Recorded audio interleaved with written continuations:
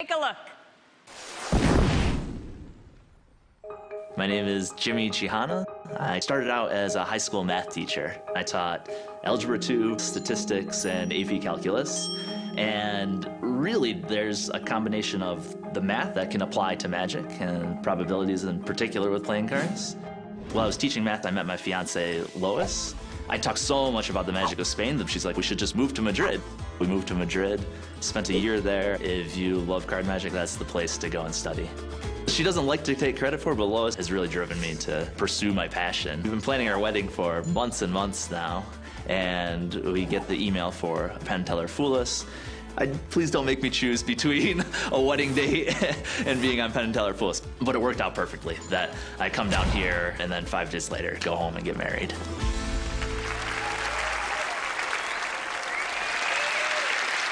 Along with 2 randomly selected world-famous magicians, here is Jimmy Ichihana. Thank you very much, everyone. Thank you, guys. Allison, would you please join us at the table? Everyone, let's welcome Allison here. My pleasure. Thank you so much for having me here. It's an absolute pleasure to be here. And I should tell you guys that previously I was a math teacher, and so I'm passionate about both mathematics and playing cards.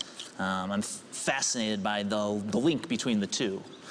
How a deck starts in an order we know, or a pattern we recognize, new deck order. But with each shuffle, you start to create different patterns. And so, of course, the 2 colors, the 4 suits, the 13 values, kind of create different patterns every time you give them a shuffle. And to truly mix a deck of cards, you should shuffle about 7 times, is what they say.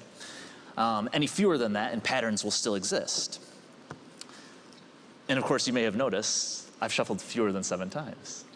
Yeah, this is good. This is good. This means that if you look through the cards, you see patterns and chunks, groups of playing cards that will help us out here in a moment. So using the skills of the gambler, I'll attempt to use these patterns to find what we're looking for. Teller, 1, 2, or 3? Just 1. Because Teller said 1, notice that's 1 red card followed by 1 black card, 1 red card followed by 1 black card. They go in groups of just 1. Then give us a number, 1, 2, or 3. What would you like? 3. 3. Now that would be 1, 2, and 3 red cards now followed by 1, 2, and 3 black cards. That's 1, that's 2, that's 3 red cards. That's 1, that's 2, that's 3 black cards. Groups of 1, then groups of 3. Allison, go ahead and give us a number, 1, 2, or 3. What would you like? 3. You'll stick with 3. Okay, so that would be 1, that's 2, that's 3 red cards. That's 1, that's 2, that's 3 black cards. 1, 2, and 3 red. 1, 2, and 3 black. But of course, I'm deciding when you guys switch, right? So we'll try this. Allison, give me a number, 1, 2, or 3. 3. You'll stick with 3, okay. But this time, Penn, when you'd like Allison to change her mind, you just say the word switch. Okay. As soon as he says switch, you'll give us a new number. Are you clear? Yes. Okay, perfect. So we'll start with 3. That's 1, that's 2, that's 3 red cards. That's 1, that's 2, that's 3 black cards. That's 1, that's 2, that's 3 red. That's 1, that's 2, that's 3 black. Whenever you say switch, she'll change her mind. That's 1, that's 2, that's 3. Switch. That's 1, that's 2, that's 3. That's 1 red, 1 black, 1 red, 1 black, 1 red, and 1 black. A perfect pattern to you guys. Thank you. That's so, oh, I appreciate that, guys. That means a lot. Just so everyone knows that we're on the up and up here. This time, Allison, you'll say the word switch. And when you do, Penn, you'll give us a new number, 1, 2, or 3. Okay. Teller, just point for us, red or black. Those are for you. We'll come back to them in just a moment, okay? Here we go. And Ben, where should we start? 1, 2, or 3, your choice. 2. 2. Notice now that's 2 spades followed by 2 clubs, because there are 2 suits within the black cards. That's 2 spades followed by 2 clubs. Whenever you say switch, he'll change his mind. That's 2 spades followed by 2 clubs. That's Switch. 2 and 2. 3. 3. That's 1, that's 2, that's 3 spades. That's 1, that's 2, that's 3 clubs. That's Switch. 1. 1, so that's just 1 spade, that's 1 club, that's 1 spade, that's 1 club. Those are perfect choices, guys. Oh, thank you. Now, some people may think I'm using extra cards or a partial deck, but I'm not. I mean, I'm just using exactly 13 cards. That's 2, 3, 4, 5, 6, 7, 8, 9, 10, 11, 12, and that's 13 there. And likewise with the clubs, that's 1, 2, 3, 4, 5, 6, 7, 8, 9, 10, 11, 12, and 13 clubs. And Teller, we're going to add one of these to your packet. Would you like to add the clubs or the spades? Your choice. The spades. We'll add those to yours. And give us a number, 1, 2, or 3. 1. And 1, 2, or 3? 2. 2. And 1, 2, or 3? 3. 3. And we'll go around here. Keep on going here. 3 again. Perfect. 1. 1. 3.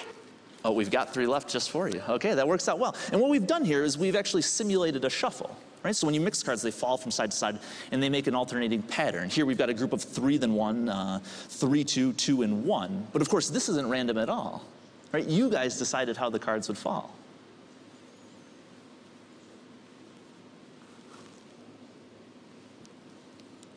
There's one final pattern to find.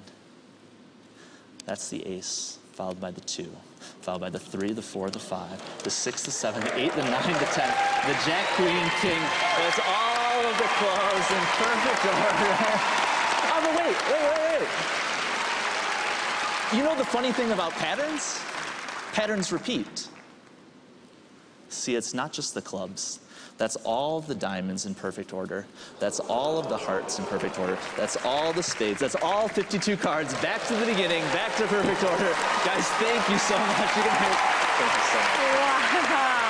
Thank you so much. Jimmy Ichihana. Thank you. Wow. Oh my goodness. That was crazy. Thanks. I'm That's what we're striving for. surprised they let you in Vegas. So math. Yeah, so I used to be a high school math teacher. I absolutely loved it, and there's definitely a connection between kind of the problem solving of math and the world of magic when you're doing it. So. And did you ever do card tricks for the students? Yeah, I absolutely did. Oh my absolutely God, did. they must so have shout thought out math to, was like yeah, the shout best. out to them. That was awesome. You like made kids love math, I bet. Hopefully. Yeah. So did you come up with this trick for the show, or have you been doing this for a while? I've been working on it for about 2 years, so it's a routine that's been out there, and I've tried to add 1 or 2 little wrinkles to it that hopefully they haven't seen before. All right. Well, let's check in with the guys. I love this act. The first thing I said when I sat down was I just love this. I love this because this is, as Teller said, the junction between juggling and magic. You have such control over the deck. It's essentially juggling, the control you have over the deck, but it comes off as supernatural. It's a Rubik's Cube of complexity. I will also say we're really calling out those numbers. The way you perform that would be different every single time you do it. The real lie about this is the fact that you're doing it so so naturally and comfortably, whereas the the physical handling, and even more so the mental handling, is so complex. You just know that inside out. This is not some sort of simple children's game like Simon Says. This is Magician's Code, but I'm going to say it outright. We happen to know about Call to Colors, and it's just beautiful. And your handling and the math tie-in and the kind of sort of ish telling the truth at the beginning is kind of wonderful. And if I am wrong and those words don't mean anything to you, you fooled us, and we are happy if you did, because that's the kind of magic we love to see. No, you hit the nail on the head. But I had an absolute blast here. Guys, thank you so much. Wonderful, wonderful. Thank you so much. Jimmy Ichihana. Guys, thanks so much. It was so good.